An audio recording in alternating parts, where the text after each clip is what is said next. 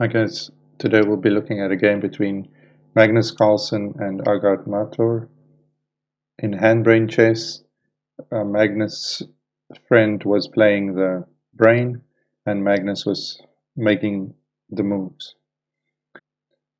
Magnus started with e4, pawn, c6, again pawn move, d3, d5, knight f3,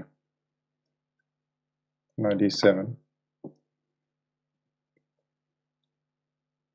A better try might have been pawn takes e4, when after d takes e4, black could play queen takes queen, king takes queen, and black has the right to castle.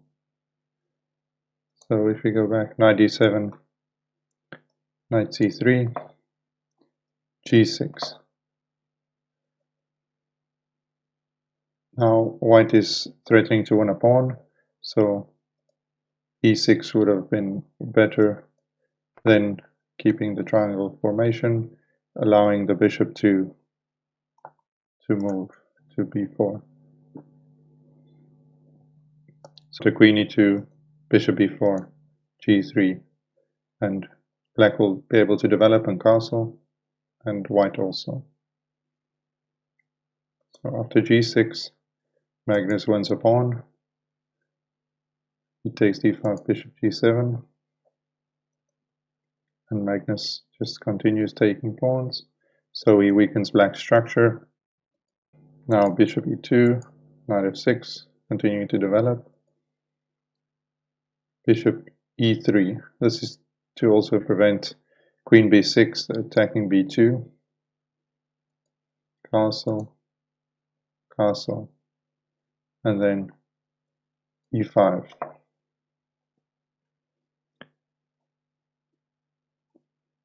Black seizes the center.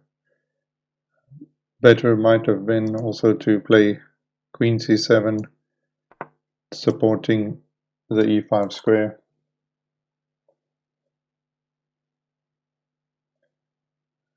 Magnus continues h3 pawn, and now one mistake move by Agadmator, playing knight h6. Better would have been knight d5, playing towards the center. After knight d5, bishop d2, and rook b8, taking the half-open file. This position, black can still have chances. After knight h5, white responds with d4, enjoying his center now. e4. Alternative try was the knight f4. White can just take the pawn with the knight and then play queen d2. And it's difficult to defend this pawn. Okay. So after d4, black responds with e4, knight takes e4, and now f5, trying to chase the knight away. But this creates a weakness along this diagonal, and Magnus immediately seizes it with bishop c4 check, king h8, and knight g5, threatening f7 and e6, threatening the fork. So black could try knight b6, and then perhaps queen f6 was a better try, trying to defend f and f7 and e6. So after knight g5, black responds with f4. But this allows Magnus a maneuver which he already had planned with bishop d2 and bishop c3. So bishop c2, queen f6, bishop c3. Eyeing this line, black tries to swap off the one strong bishop, knight b6, And now Magnus just starts the pawn rolling. d5, queen e7,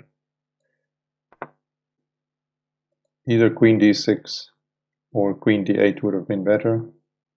Queen d6, then white responds with bishop takes, g7 check, knight g7, bishop b3, and if he takes on d5, rook e1, and